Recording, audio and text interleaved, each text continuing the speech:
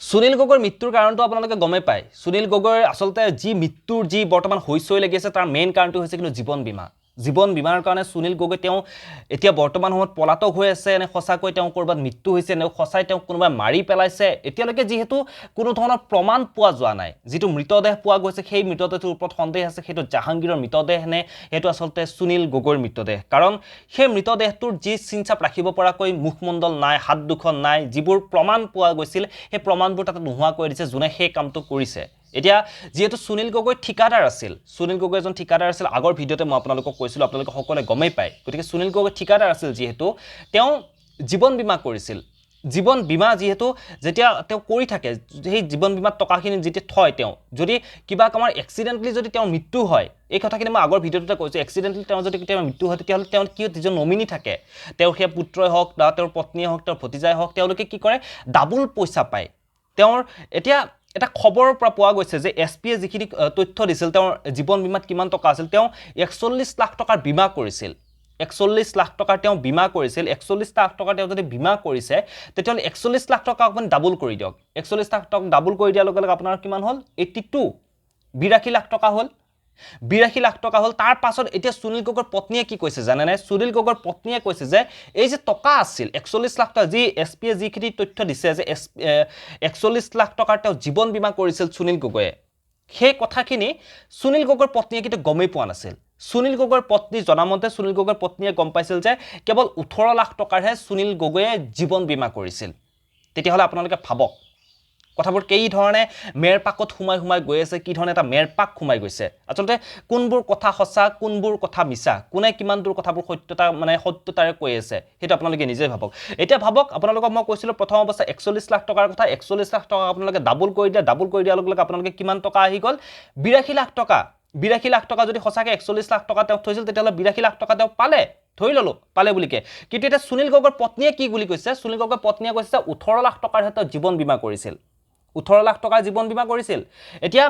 প্ৰথম অৱস্থাত আপোনাৰ সেই হ'ল 41 লাখ টকা এটা জীৱন এছপিএজি উলিয়ালে হেতুটো উলিয়ালে এতিয়া 41 লাখ টকাৰ কিন্তু এতিয়া তাৰ তলত তাৰ পত্নীয়ে ক'লে যে 41 লাখ টকাটো গম নাপায় তেওঁ গম পায় যে 18 লাখ টকাটোৰ এতিয়া আপুনি 41 লাখৰ পৰা প্লাস 18 কৰি দিয়ক 41 প্লাস 18 কিমান হ'ল 59 যদি 59 লাখ তেওঁৰ টকা মানে জীৱন বীমা কৰিছিল কোনো পত্নীয়ে জনাতে হওক বা পত্নীয়ে নজনাতে হওক যেটো হিসাব মতে 59 লাখ টকাৰ তেওঁ জীৱন বীমা কৰিলে এটা 59ক আপুনি ডাবল কৰি দিয়ক 59ক ডাবল কৰি দিয়াৰ লগে লগে আপোনাৰ কিমান হ'ল 1,18 লাখ টকা টোটাল 1,18 এটো জাস্ট আনুমানিক হিসাব এটা আনুমানিক হিসাব মই আপোনালোকৰ ওচৰত দেখুৱাইছো যে টোটাল 1,18 লাখ টকাৰ তেওঁ জীৱন বীমা কৰিছিল হয়নে গতিকে এই জীৱন বীমাৰ কাৰণে এই এলআইচিৰ কাৰণে তেওঁ জীৱনটো শেষ কৰি দিছে নেকি তেওঁ এতিয়া মানুহজন কোত তেওঁ লুকাই আছে নে খসা যদিও তেওঁ কৰবাত লুকাই আছে তেতিয়াহ'লে তেওঁৰ যিখন পৰিয়াল তেওঁ যিখন ঘৰ তেওঁ ঘৰখনক ইমান আতুমটুকাৰিকৈ তেওঁ ঘৰখন সজাইছিল নিজৰ পৰিয়ালটো তেওঁ পোহপাল দিছিল আজি পৰিয়ালৰ এই অথন্তৰ অৱস্থাত এই দুৰ্গতিৰ অৱস্থাত পৰিয়ালটো এই যি দুৰ্গতি বৰ্তমান ভুগিছে এই দুৰ্গতিৰ এই অৱস্থাত এখিনি সময়ত তেওঁ যদি কৰবাত লুকাই যদি চাই আছে কেনেকৈ তেওঁ সহ্য কৰিছে নিজৰ পত্নীৰ নিজৰ পুত্ৰৰ নিজৰ ভতিজাৰ এখিনি সময়ত পুলিচে আহি মাতিছে তেওঁৰ মাতৃকো হুটপুছ কৰিছে গতিকে এই যে অথন্তৰ এই পৰিস্থিতি তেওঁ কি ধৰণে সহ্য কৰি আছে কি ধৰণে সহ্য কৰিব পাৰিছে যদি সাধাৰণ মানুহ হয় যদি মানুহৰ যদি মন থাকে হৃদয়খন যদি থাকে যি ধৰণে আমাৰ মন এটা আছে যদি তেওঁ ইমান যদি কঠোৰ অন্তৰৰ যদি তেওঁ ব্যক্তি নহয় তেতিয়াহ'লে তেওঁ সহ্য কৰিব নোৱাৰে এইবোৰ নে আৰু এটা সন্দেহ কৰা গৈছে যে এতিয়ালৈকে যেহেতু তেওঁ খবৰ পোৱা নাই নে সঁচাকৈ কোনোবাই তেওঁ কৰবাত কোনেও নজনা এডোখৰ ঠাইত যি ঠাইৰ কথা কোনেও গম নাপায় নিজন কোনো এডোখৰ ঠাইত যি ঠাইত কোনো যাব নোৱাৰে তেনেকুৱা এডোখৰ ঠাইত লৈ গৈ কোনোবাই সঁচাকৈ সুনীল গগৈক হত্যা কৰিলে নেকি এতিয়া বহুবোৰ প্ৰশ্ন ইতিমধ্যে মানে তোলা হৈছে বহুবোৰ কথা এতিয়া বৰ্তমান কোৱা হৈ আছে সুনীল গগৈৰ ওপৰত যেটো সুনীল গগৈৰ ঘটনাটোৱে গোটেই কপাই তুলিছে গোটেই ভাৰতবৰ্ষ কপাই তোলা বুলি ক'লে ভুল নহ'ব অসমখনৰ কথাটো ক'ব নালাগে অসম কপাই তুলিছে সুনীল গগৈৰ ঘটনাটোৱে গতিকে এতিয়া সময়ত গম পোৱা যাব যে আসলতে ঘটনাটো কি হৈছে প্ৰতিদিনে এতিয়া আৰক্ষীয়ে হুটপুছ কৰি আছে প্ৰতিদিনে আৰক্ষীয়ে হুটপুছ কৰিছে সুনীল গগৈৰ মাতৃক হুটপুছ কৰিছে তেওঁৰ পত্নীক হুটপুছ কৰিছে পুত্ৰক হুটপুছ কৰিছে প্ৰতিদিনে হুটপুছ কৰা হৈ আছে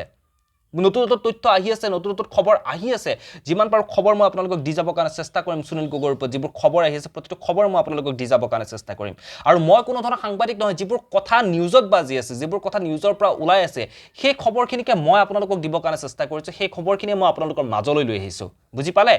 এতিয়া কথাটো হ'ল যে আৰু এটা বিশেষ কথা, যিদিনাখন জাহাংগীৰৰ মৃতদেহটো জ্বলোৱা হৈছিল, মানুহে ভাবিছিল সেইটো সুনীল গগৈৰে মৃতদেহ। মানুহে ভাবিছিল এইটো সুনীল গগৈৰে মৃতদেহ। সুনীল গগৈৰ পুত্ৰই সেইদিনাখন ভিডিঅ' কৰিছিল জাহাংগীৰৰ মৃতদেহটো জ্বলাই থকাৰ সেইখিনি সময়ত। তে দুই এটা কথা কৈছে যে ইমান মানে কেনেকৈ ইমান ধুনীয়াকৈ সেই নিজৰ পিতৃক যদি সেইখিনি সময়ত জ্বলাই থাকিব চকুৰ সন্মুখত, তেওঁৰ পুত্ৰই মোবাইল কেমেৰাত ভিডিঅ' কৰিব, কিমানখিনি সাহস, কি সাহসত তেওঁ সেই ভিডিঅ'টো কৰিব পাৰিছে। গতিকে এইবোৰ কথাৰ পৰা ক'ৰবাত মানে এনেকুৱা হৈছে যে সেই মৃতদেহটো যিটো জ্বলোৱা হৈছিল, মানে সুনীল গগৈৰ মৃতদেহ বুলি যিটো জাহ কৰা হৈছিল, যিটো মৃতদেহ, সেইটো জাহাংগীৰৰ মৃতদেহ হয়। কাৰণ নিজৰ পুত্ৰই যদি সঁচাকৈ সেইটো সুনীল গগৈৰ মৃতদেহ হ'ল হয়, তেওঁ সুনীল গগৈৰ পুত্ৰই ইমান সুন্দৰকৈ সেই ভিডিঅ'টো প্ৰস্তুত কৰিব নোৱাৰিলেই হয়। এতিয়া এনেবোৰ কথাই বৰ্তমান কিন্তু খলকনি তুলিছে, এনেবোৰ কথাই এতিয়া বৰ্তমান মানুহে প্ৰশ্ন কৰিছে ছ'চিয়েল মিডিয়াত, প্ৰশ্ন কৰিছে যে আচলতে কি হ'বলৈ গৈ আছে, কোন সঁচা কোন মিছা, কি সঁচা কি মিছা। সঁচাকৈ জীৱন বীমাৰ কাৰণে, টকাৰ কাৰণে মানুহ কেনেকুৱা এটা পৰিস্থিতিত কি হৈ যায় আপোনালোকে এবাৰ নিজেই ভাবকচোন। উৰহী গছৰ উৰ চাগে খুব কম সময়ৰ ভিতৰত ওলাই পৰিব, সেইটো আমি সকলোৱে কামনা কৰিছোঁ। খুব কম সময়ৰ ভিতৰত চাগে উৰহী গছৰ উৰডাল ওলাই পৰিব। আপোনালোকে কি ভাবে আপোনালোকে মোক কমেণ্ট বক্সত কমেণ্ট কৰি জনাবৰ কাৰণে কিন্তু একেবাৰেই নাপাহৰিব। এতিয়া যিহেতু প্ৰতিদিনেই তেওঁলোকৰ মানুহবোৰক সোধপোছ কৰা হৈছে, সুনীল গগৈ যি পৰিয়ালৰ মানুহক সোধপোছ কৰা হৈ আছে, থানালৈ মাতি আছে, সুনীল গগৈৰ মাতৃ যিহেতু অসুখীয়া, তেওঁ থানালৈ যাব লগা হৈছে, নিজৰ সেই নৰিয়া দেহাৰে তেওঁ থানাত যাব লগা হৈছে। এই ঘটনাবোৰ তেওঁ যদি ক'ৰবাত দেখি আছে যদি তেওঁক আহ্বানে জনাইছোঁ মই ভিডিঅ'টোৰ পৰা, তেতিয়া আহক সোনকালে, ঘৰখনৰ এই এটা পৰিস্থিতিত তেওঁ নিজে চাৰেণ্ডাৰ কৰক, যে হ'ল কিবা এটা, তেওঁ নিজে আহক, এতিয়া আহি কিনে নিজে সকলোবোৰ কথা খুলি দিয়ক। কাৰণ ঘৰখনৰ পৰিস্থিতি একদম বৰ্তমান খুব বেয়া হৈ পৰিছে, যিটো দেখা পোৱা গৈছে। আৰু এতিয়া আগত যিবোৰ ষ্টেটমেণ্ট দিছিল সুনীল গগৈৰ যিগৰাকী পত্নী, সুনীল গগৈৰ পত্নীয়ে আৰক্ষীৰ ওচৰত যিবোৰ ষ্টেটমেণ্ট দিছিল, সাংবাদিকসকলৰ ওচৰত যিবোৰ ষ্টেটমেণ্ট দিছিল, সেই ষ্টেটমেণ্টবোৰ যদি বৰ্তমান সময়তো যিহেতু আৰক্ষীসকলে তেওঁলোকক সোধপোছ কৰি আছে, কেৱল সুনীল গগৈৰ পত্নী বুলিয়ে নহয়, তেওঁৰ পুত্ৰ, তেওঁলোকে যিবোৰ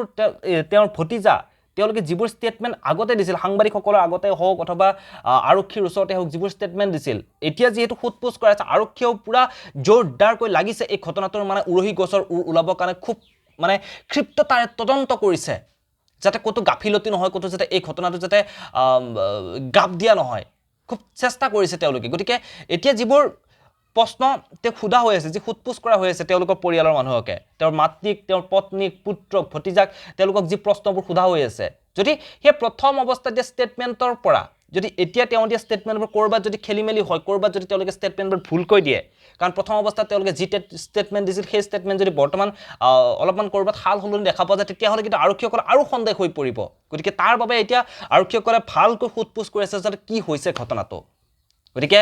এতিয়ালৈকে যিহেতু ক'ব পৰা হোৱা নাই আচলতে সুনীল গগৈ হৈছে কি, সুনীল গগৈক কোনোবাই সঁচাকৈ মাৰি পেলালে, সুনীল গগৈ এতিয়া ক'ত আছে নে ক'ৰবাত থাকি তেওঁ যে টকাৰ লালসাত পৰি তেওঁ এইবোৰ কাম কৰি আছে, তেওঁৰ পৰিয়ালটোৰ এই অথন্তৰ তেওঁ দেখি আছে ক'ৰবাত বহি। গতিকে সেয়া হয়তো আপোনালোকে সময়ত গম পাব সকলোৱে। বাকী যিয়ে নহওক মতামতখিনি আপোনালোকক জনালোঁ, আপোনালোকৰ মতামতবোৰ তলৰ কমেণ্ট বক্সত কমেণ্ট কৰি জনাবৰ কাৰণে একেবাৰে নাপাহৰিব। এনেধৰণৰ প্ৰতিটো খবৰ মই আপোনালোকক দি যাবৰ কাৰণে চেষ্টা কৰিম, কেৱল আপোনালোকে মোৰ চেনেলটো ছাবস্ক্ৰাইব কৰি থ'বৰ কাৰণে একেবাৰে নাপাহৰিব, তেতিয়াহ'লেহে মই দিয়া খবৰসমূহ আপোনালোকে পাব। তেতিয়াহ'লে আজিৰ এই ভিডিঅ'টোৰ পৰা মই ইমানতে বিদায় লৈছোঁ, ধন্যবাদ।